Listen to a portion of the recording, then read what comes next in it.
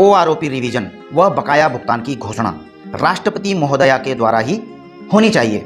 जय हिंद साथियों। दोस्तों, सबसे पहले कारगिल विजय दिवस के अवसर पर मेरा उन जवानों को सत सत नमन और ग्रैंड सल्यूट उन शहीदों को जिन्होंने इस देश की रक्षा की खातिर अपने प्राणों का सर्वोच्च बलिदान दिया।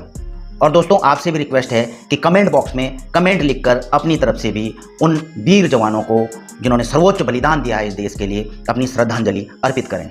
दोस्तों, कारगिल विजय दिवस के अवसर पर जहां एक ओर सर्वोच्च बलिदानों के लिए जवानों को श्रद्धांजलि दी जा रही है, वहीं दूसरी ओर सर्वोच्च न्यायालय में जवानों की पेंशन की लड़ाई चल रही है, सुनवाई चल रही है। सुप्रीम यानी कि सर्वोच्च, सबसे ऊंचा, एक तरफ सुप्रीम सेक्रीफाइस है, सर्वोच्च बलिदान है, दूसरी तरफ सर्वोच्च न्याय है, सुप्रीम कोर्ट है जहां से हमें सर्वोच्च न्याय मिलता है। आज की वीडियो में मैं एक और चीज़ सर्वोच्च से ऐड कर रहा हूं, सर्वोच्च कमांडर। जी हाँ साथियों, तीनों सेनाओं का सर्वोच्च कमांडर आपको पता ही है कौन होते हैं, राष्ट्रपति।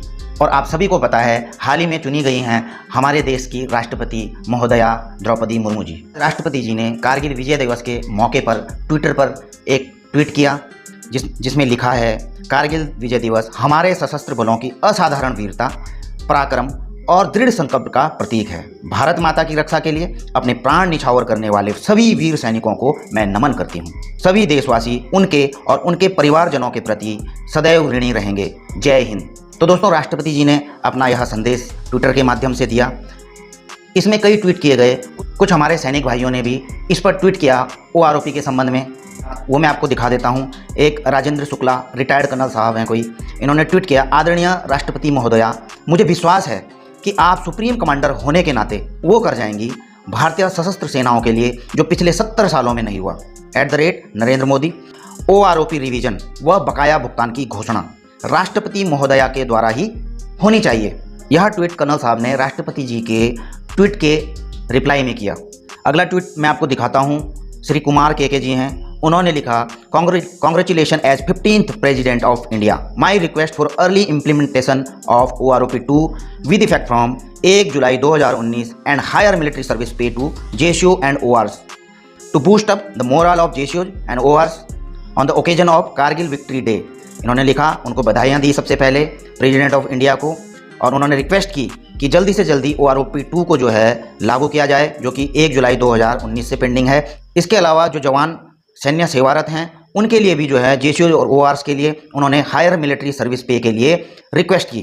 ये चीज़ें जल्दी की जानी चाहिए ताकि JCO और जवान का मनोबल, मोराल जो है बना रहे। मैंने इसी संबंध में एक ट्वीट और पढ़ा था, जिन्होंने जो है राष्ट्रपति जी को जो है टैग करके ट्वीट किया था इसी मामले में। वो बाद में मुझे मिला नहीं, लेकिन उनके रिप्लाई में किसी ने लिखा था, क्या आपका ट्वीट राष्ट्रपति महोदया जी देखेंगी, क्या उसको पढ़ेंगी या उस पर गौर करेंगी? उनके पास तो हज़ारों ट्वीट जा रहे हैं।